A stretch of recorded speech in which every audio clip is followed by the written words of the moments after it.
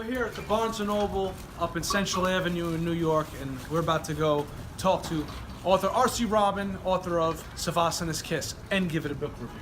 Let's go inside. MOD to cash wrap, please. Hi, Rob Banks, and this is the Red Cup Review, and I'm reviewing Savasana's Kiss, a yoga love story. And they put us on the back cover, 50 Shades of Yoga. Go buy this book. What did I think of 50 Shades of Yoga? Let's see. It kept me reading, and I read a lot. I'm not a type of person that reads romance novels, but it kept me reading. It was engaging. It was really more about interpersonal relationships between characters and not so much, the yoga is like the background. It's not really yoga-y, you know, and for those of you that like, I'm not gonna read a book about yoga, it's just like what the characters are into. I told this to the author, not in the interview, but I couldn't stand the two main characters. But I loved everyone else in the book. The two main characters, the reason why I couldn't stand them was because I knew people that were just like them. And that's the beauty of this book, is that R.C. Robin found a way to write characters that, like, you know, your best friend John, you know, your Aunt Ethel, you know, all these types, you know people like this. Check out the interview we got with R.C. Robin at Barnes & Noble. Rob Banks here from the Red Cup Review, and we are here with author R.C. Robin. And we're going to be talking about his new book, Savasana's Kiss. Savasana, right? Savasana. It's not Savasana. Very good, very like good. When I really first... Honestly, most people, they think it's Savannah, Georgia. They ask me, they say, Right. who's Savannah? No, it's Savasana. Savasana's Kiss, a yoga love story. Okay, so for those of you that have seen my videos, I'm more of a pop culture guy, and I do not like romance novels. But,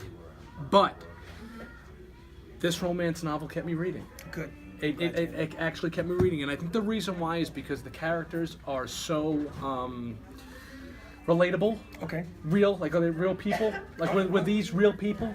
Well, they weren't real people. I mean, in any good piece of fiction, in my opinion, there's always some inspiration from the real people in your lives. I mean, but they're basically fictional characters, you know. So. Okay. Yeah. But So, this is your first book? First book. All right, this is his first book. First so. book. R.C. Robin wakes up one day and decides to write a book. Yes, I wish it was quite that. A little more, Yeah. little more So complicated. all right. So you've never written a book before. So what gets you to write a book? Well, I mean, I've written some poetry. I've written some short stories.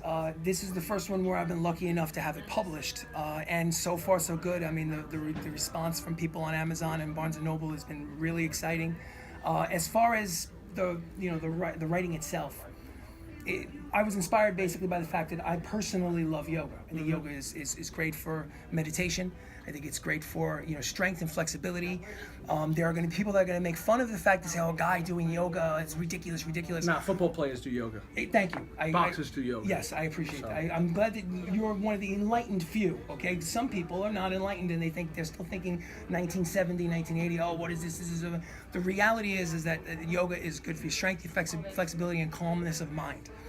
Now, I'm at my yoga studio. It's about 2 years ago, and I'm waiting for my group class to show up. For whatever reason, I don't know if it was because it was bad weather or maybe it was a holiday weekend or whatever it was. Nobody shows up, so it's just me and the yoga teacher. Session goes. She does exactly what she normally does in the yoga session, like as if it was a group session. I'm driving home, and I'm like, wow, I don't know what it was about the session, but it felt more intimate because it was just her and I together. Mm-hmm. And then now the creative juices start flowing. Right. I was thinking to myself, my writer mind starts to wake up and says, if it wasn't just a one-shot deal, what if it had been, one-on-one sessions from the get-go over the course of a period of time? Wouldn't it be logical for feelings to develop between these two people? And then because a love story in and of itself, in my opinion, is a little on the boring side. Forbidden love story is a little bit more interesting. It wasn't even really much of a love story, though. It was more like a John Hughes for like 40-year-olds or late 30s, That's a great compliment. No spoilers, but it's a type of, he has a certain relationship with his father that hit home, Right. personally, and conversations that he has with his friends and stuff, and conversations that Alex has with her, I called her Yoga Yoda. The Yoda of the book, she's like the old sage that kind of taught her yoga. I have to say, it's really happy to hear you say that the characters hit home for you, because that's why writers write. Yeah. We write so that, you know, even if it's not specifically the story, there might be a character in there that you know, you can identify with, either as in yourself or in a member of your own family. That's why we write. Buy this, and if you're not gonna buy it because you are because of the fan base and stuff, I'm sure your wives, your mothers, your sisters, your daughters. I mean, this is a book that kept me reading. I enjoyed it. Yeah. The website is yogalovestory.com. Again, it's yogalovestory.com. Reviews are on there, photos are on there, details about what the book is in more detail, and also direct links to Amazon and Barnes & Noble so that you can pick up a copy. Your comic books? Yeah, absolutely. What's your favorite comic book character? My favorite comic book character. Oh, okay. I almost feel like if I give the wrong answer, people are gonna turn off the video. All right, so you'll lose half your fans. I'm gonna lose half my fans. Thor. Thor. Okay. You've always liked Thor. Always liked Thor. Cool. Thor. You into Thor? Just the old version of the Norse mythology stuff as well. I like the Norse mythology stuff as well. Absolutely. He's well read. Yes. Well, part of it. So it's it's Thor, part of the curriculum. Thor, in order to Odin's become an son. author, you know. Thor Ragnarok was great. I enjoyed that. Name a favorite trade or story or something like that. Mark Millar is one of my favorite writers in graphic novels, and I think if you haven't read Red Sun, it's a Superman alternate reality novel. Red Sun by Mark Millar, fantastic.